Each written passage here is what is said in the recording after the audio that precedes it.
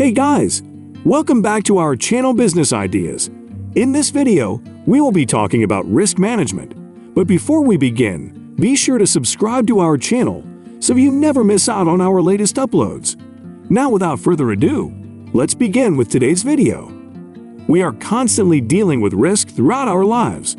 To understand risk management, we must first know what is risk.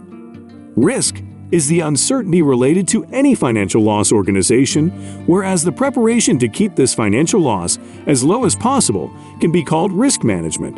In other words, the method of dealing with the risk of something is risk management. Any object can be at risk of damage, such as vehicles, houses, space stations, or crops. Risk management is all about reducing or dealing with existing risks to human life and property. Risk management is mainly divided into three parts, namely: 1. Identification of potential sources of damage. 2. Evaluation of systematic damage results. 3. Choosing the best approach to risk management. Most of us are dealing with them unknowingly during our daily activities. But when it comes to financial markets and business administration, risk assessment becomes a very important and very conscious practice. General risk management strategies. There is no one-size-fits-all approach to risk management. Investors and traders often use a combination of risk management tools and strategies to increase the chances of their portfolios thriving. Below are some examples of strategies that traders use to reduce risk. 1. Objective determination. The first step is to define key goals. This is often related to the risk tolerance of the company or individual. In other words, how much risk they are willing to take to advance their goals. 2. Identifying risks. The second step involves identifying and defining potential risks. It aims to uncover all events that may have a negative impact. In a business environment, this step can also provide insightful information that is not directly related to financial risk.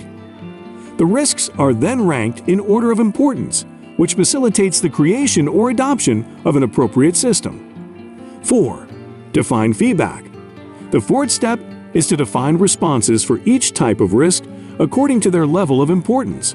At this stage, measures to be taken in case of any unfortunate incident are decided. 5. To observe.